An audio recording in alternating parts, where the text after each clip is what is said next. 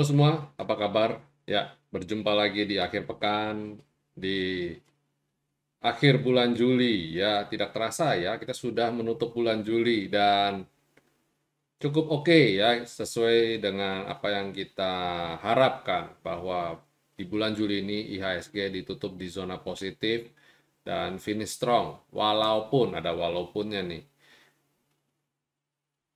IHSG nggak bisa ditutup di level 7.000, yang mana saya melihat tanda-tanda koreksi masih masih terbuka ya. Jadi jangan kita terlalu dipenuhi dengan euforia dulu ya. Kita tetap stay calm, kita trading berdasarkan kita punya trading plan.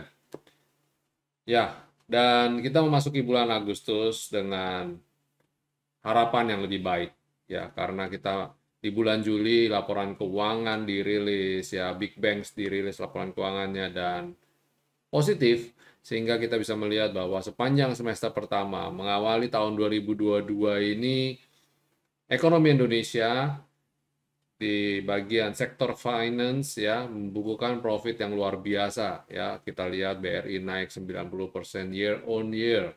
Jadi semester pertama 2021 dibandingkan dengan semester pertama 2022 naiknya luar biasa. Diikuti dengan Bank Mandiri dan Bank BCA. Bank Mandiri sendiri naik year on year-nya 62%-an. BCA, wah ini saya lupa nih, around 30 mungkin atau mungkin 20 something year on year. Tapi semua ditutup dengan prestasi yang baik ya. Itu sebabnya kita bisa lihat ya bahwa di semester kedua ini kita berharap ekonomi Indonesia bisa melanjutkan tren positif ekonomi yang membaik. Ya, oke, baik. Dan apa yang kita akan expect 1 minggu ke depan, ya kita juga tahu kemarin IHSG Dow Jones ditutup naik lagi, positif lagi ya. Saya lihat market melihat bahwa ekonomi setidaknya the Fed ya dalam beberapa waktu ke depan kemungkinan akan melunak ya, kemungkinan akan melunak dan di bulan September tidak akan menaikkan suku bunganya. Dan kemudian juga melihat bahwa inflasi ada tanda-tanda untuk turun. Tapi ini kan baru sentimen, ekspektasi. Kita akan menanti di 1 minggu atau 2 minggu ke depan rilis data inflasi di bulan Juli. Dan kita juga cermati ya di mengawali bulan Agustus adalah harga komoditi, especially dalam bidang minyak. Ya, kita lihat ya bahwa harga minyak kemarin WTI ditutup sedikit melemah dan minyak Brent sebentar. Saya cek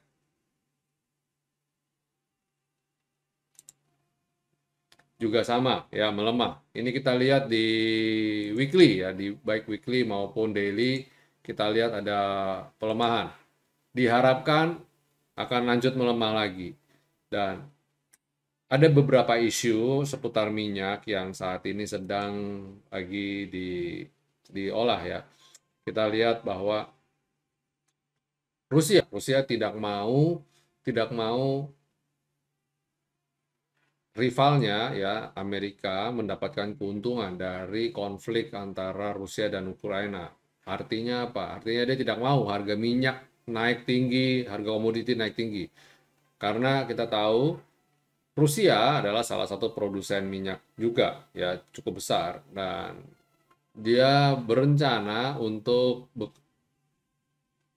ya bekerja entah kita sebutnya antara bekerja sama atau bermufakat dengan negara-negara Arab untuk meningkatkan produksi ya. Kemarin-kemarin ini kan mereka ada wacana untuk menekan produksi dan ini mereka sepakat untuk menaikkan sedikit di bulan, membiarkan produksi apa adanya, pokoknya jalanin aja, nggak ada dikurang-kurangin, dan bahkan di bulan September mereka akan meningkatkan produksi.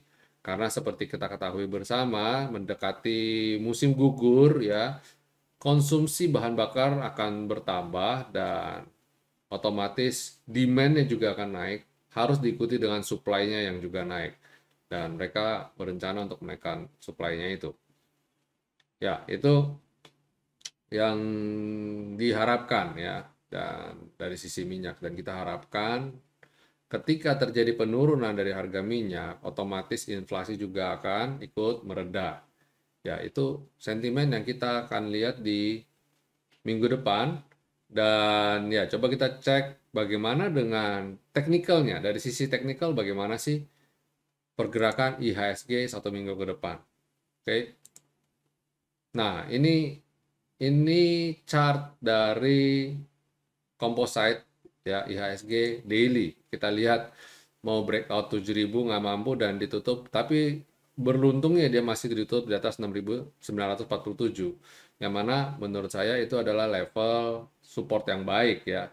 Dan sebagai informasi bagi teman-teman semua, garis-garis ini sudah ada dalam beberapa waktu ini, jadi bergerak masih sangat relevan. Silakan Bapak Ibu nonton video-video saya yang sebelumnya untuk menguji apakah betul garis ini sudah ada atau enggak. Yang panjang sekalian kalau perlu ya, mungkin di bulan Juni mungkin ya, untuk melihat apakah garis ini masih relevan apa enggak sama. Bahkan 2 bulan, 1 bulan berjalan masih sangat relevan sekali.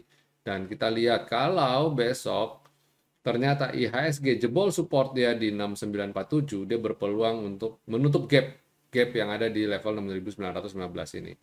Tapi untuk menutup gap yang di bawah ini rasanya kecil sekali kemungkinan, kecuali ada dampak negatif ekonomi global yang kita nggak tahu di luar yang sangat-sangat parah ya, dia mungkin bisa akan sampai ke level 6742 ini.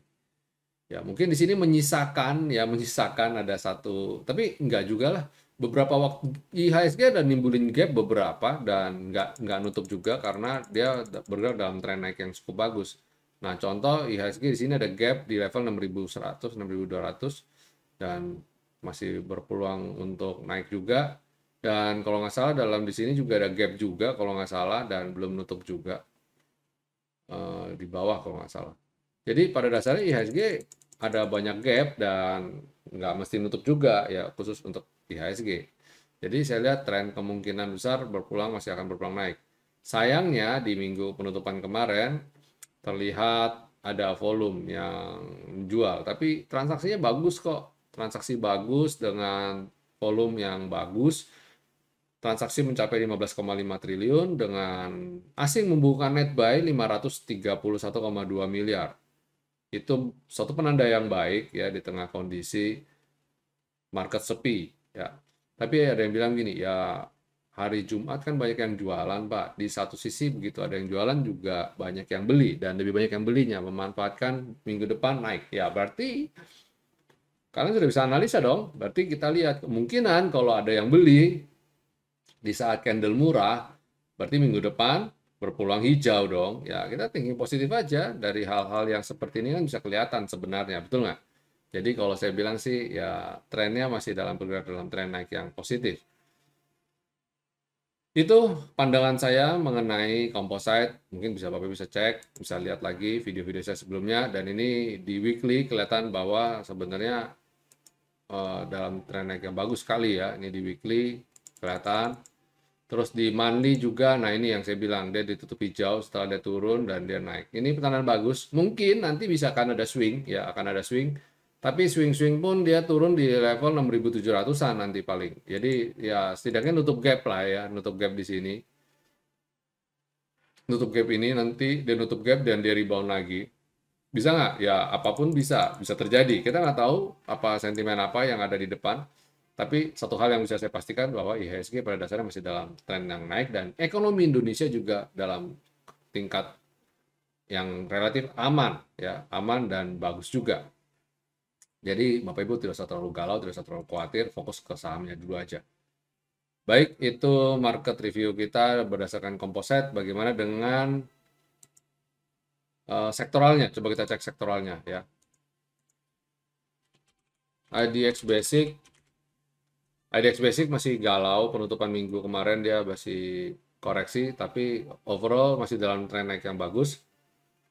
Di bawahnya ada consumer cyclicals, Nah, ini juga cakep ya, dia nguji resisten. Ini, dan kalau dia minggu depan dia bisa naik di atas 905 ini, mestinya consumer cyclicals ini juga dalam tren naik yang bagus. Kemudian energi masih super strong naiknya. Wow banget. Kemudian finance tertahan, resisten V-line kita. Nah, ini kalau dia mengawali minggu depan bisa naik di atas V-line, ini bagus banget nih. Apalagi bisa breakout bikin higher high lagi ya. Terus kemudian healthcare koreksi dan tertahan level support. Wah, moga-moga bisa segera mantul nih. Kalau minggu depan mantul, cakep nih.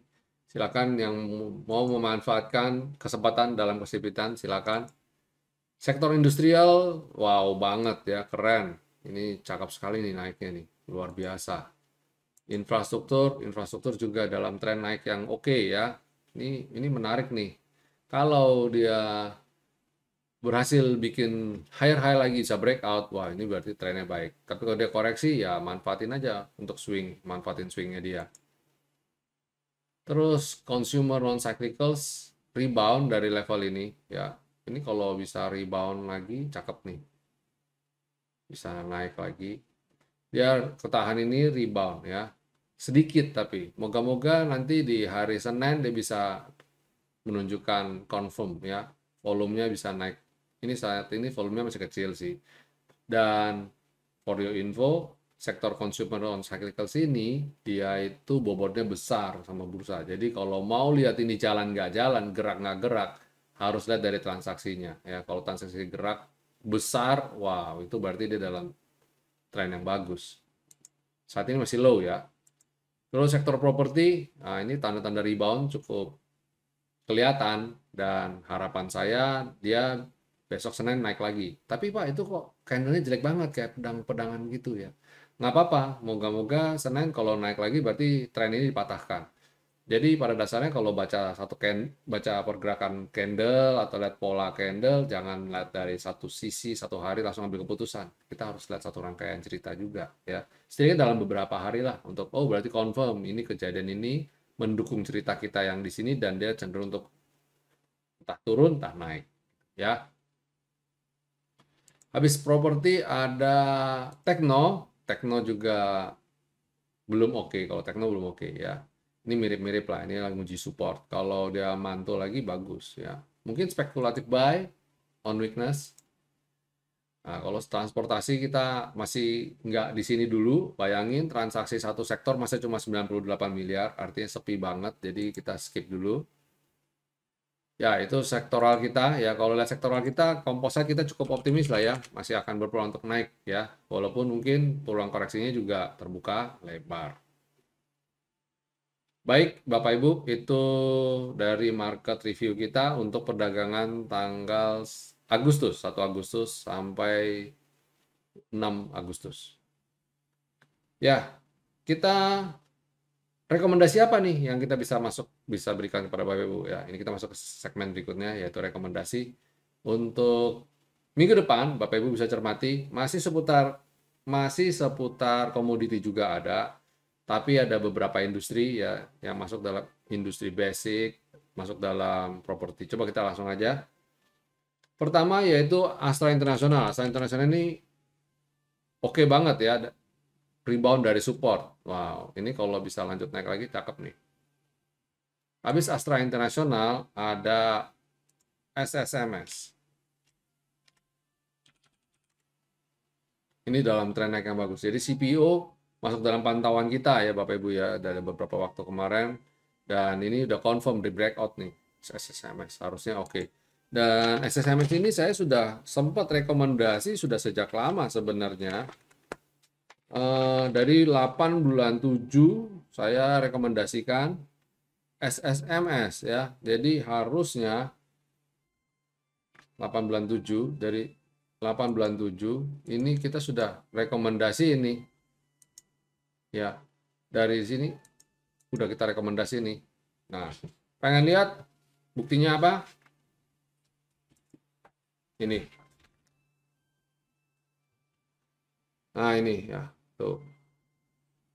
Ada kan? Nih, sorry. Nih, LSIP SSMS. Dari kalau ikut petunjuk kita, profitnya udah berapa belas persen? Udah 20% kalau ikut kita punya rekomendasi. Nah, dari komoditi udah profit 20% ya. Ayo, kalau yang sudah profit silakan terus di komen ya. Silakan terus di komen. Dan habis SSMS ada CTRA. CTRA ini silakan diamati ya. Ini juga baru confirm. Jadi kalau umpamanya bilang, Pak, kenapa nggak rekomendasi dari sini, Pak? Tanggal 19 Juli. Saya lebih suka dia tunggu confirm. Buktinya dia kan swing dulu. Nah, dia swing di sini tanggal 28, dia baru mulai naik. Tapi sifatnya masih spekulatif juga karena dia belum benar-benar real break. Jadi harapan saya kali ini dia udah oke. Nah, tapi jangan salah, tanggal 21 saya sudah ada rekomendasi saham lain yaitu Sumarekon. Dan kita coba lihat Sumarekon. Ini mirip-mirip. Kemarin kalau nggak salah saya sempat katakan bahwa beberapa emiten yang bisa kita lihat adalah Sumarekon, Ceteria, Pewon, BSDE ya. Dan ini kalau kita lihat rekomendasi saya di tanggal 21 Juli, kita sudah profit juga nih ya. Sudah sekitar 4%-an. Pengen bukti lagi, nggak apa-apa ya. Kita sudah nih. Tuh, Sumarekon ya, sudah rekomendasi. Jadi banyak banyak banyak emiten sebenarnya sudah kita rekomendasi juga. Jadi sekarang berulang, berarti udah confirm ya, sudah lebih confirm untuk naik. Terus kemudian ada TPIA. TPIA ini menarik karena dia dalam perjalanan dia naik, dia swing dan ini mulai keluar dari support. Moga-moga bisa lanjut lagi. Dan habis TPIA ada ADMR. ADMR juga menarik ya. Dia nangkring di atas boxnya, di atas top boxnya dia di 1835. Jadi kalau dia besok bisa lanjut lagi, ini tren ini berarti cukup valid untuk emiten ini. Dan sekilas terlihat kecil nih, ada inverted head and shoulder. Kecil sih, tapi ya lumayan lah kalau bisa membawakan kita profit sekitar 10 sampai 15% ke depan, masih oke banget kan? Silakan Bapak Ibu untuk ADMR. Baik, itu rekomendasi kita untuk perdagangan tanggal 1 Agustus 2022. Oke, Bapak Ibu, itu dulu market review kita, rekomendasi kita untuk perdagangan tanggal 1 Agustus 2022. Ya, congrats yang teman-teman semua menyelesaikan di bulan Agustus ini dengan profit. Dan tapi bagi yang belum profit jangan berkecil hati, ya. Kita berharap di bulan Agustus ini market akan berbaik hati untuk memberikan kita profit bagi yang belum profit. Dan saya juga ajak Bapak Ibu jangan lupa untuk subscribe channel YouTube ini dan nyalakan tombol loncengnya. Serta jika Bapak Ibu mau belajar trading saham, come and join us. Ada harga promo untuk 17 Agustus. Jangan sampai ketinggalan. Sampai jumpa semuanya. Happy cuan, stay safe, stay healthy, and God bless you all. See you next week.